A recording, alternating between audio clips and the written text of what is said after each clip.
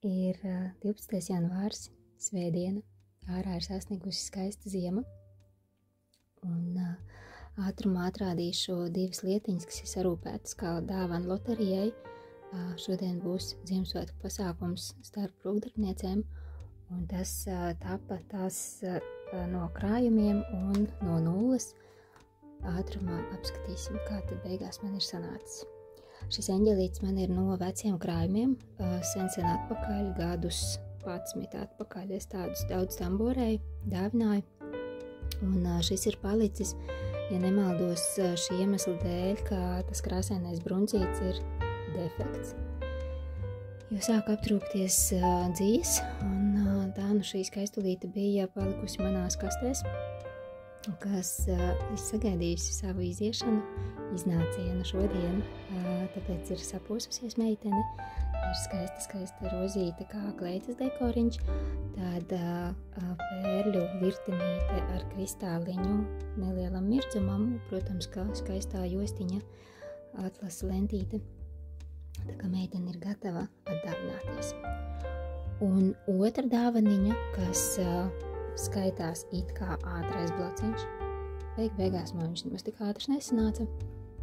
Tā gadās, kad aizraujās. Nu lūk, tad ātrumā apskatīsim, kas tur ir iekšā.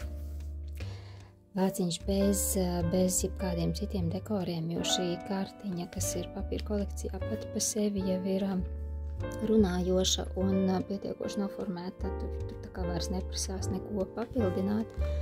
Un te gan laikam bez īpašiem komentāriem vienkārši izskatīsim cauri, kādas ir šīs lapiņas, jo neiztiku bez zīmodziņiem, spiedodziņiem, kaut kā man tās baltās lapas neuzrunā, ka viņas paliek tīri baltas. Tā papīra kolekcija, baltais papīrs un zīmodziņi un izgrieztie, es nezinu, kā latviski viņus nosaukt. Jā, tas ir speciālām formītēm izgriezts. Cās sis, tad savu ķepu. Dosi ķepu? Sis, dosi ķepu? Nedosi.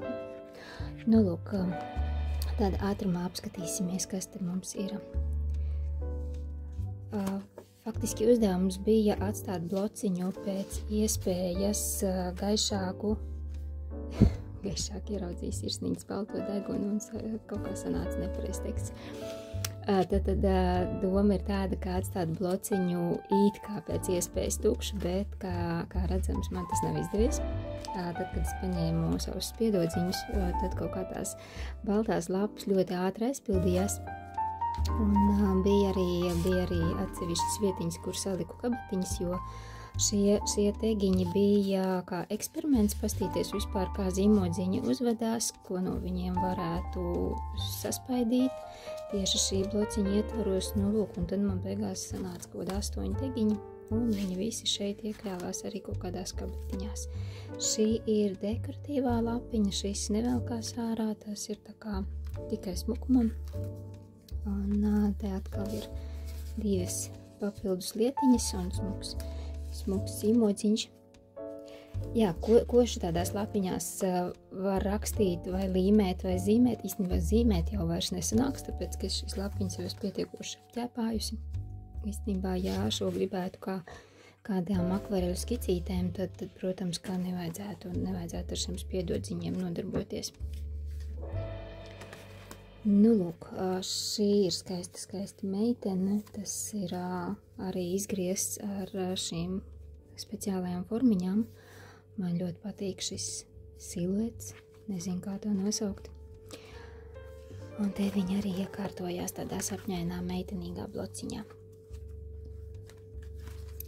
Kas mums vēl pēdējā kabatiņa, kas ir saunu kabatiņa, jo bija palicis tāds papīra atgriezums, un pašas beigas arī ar 2 tegiņiem, kuri te ir iekārtojušies neredzamajā kabatiņā. Nu, lūk, kaut kā tā. Šis tiešām ir ne ātrais, bet tomēr salīdzinoši vienkāršais blociņu variants. Un, jā, tā kā šis formāts ir ļoti nestandarta, tad palika pāri daudz papīra atgriezumi, kas man, protams, nepatīk. Tas nozīmē, ka turpmāk tomēr jācenšas ievērot kaut kādi kaut kādi izmēri, kas ļauj izmantot papīru daudz efektīvāk. Tā kā ļoti nelabi, ka paliek kaut kādas strēmeles pāri, kurām pēc tam jāmeklē pielietojums. Nu, Sisi, tu beidzot parādījies, ja? Mīlīte. Sisi, nu parādies, kāda skaistalītes. Tas ir skaista meitene, jā. Tas ir skaista meitene. Jā, tu mana mīlula. Jā, es tev arī ļoti mīlu. Ko, sakam visiem atā.